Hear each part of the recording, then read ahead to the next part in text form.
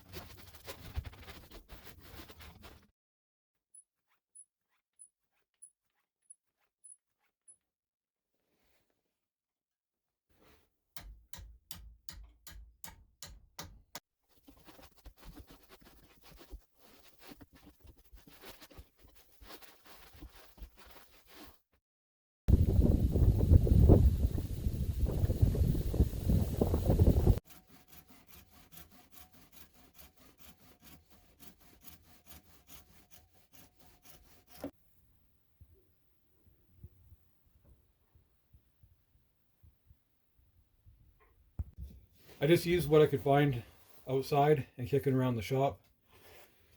One day I want to replace this cordage with something more natural. But the idea behind it is you spear your fish, and these two prongs here keep the fish from sliding off your spear.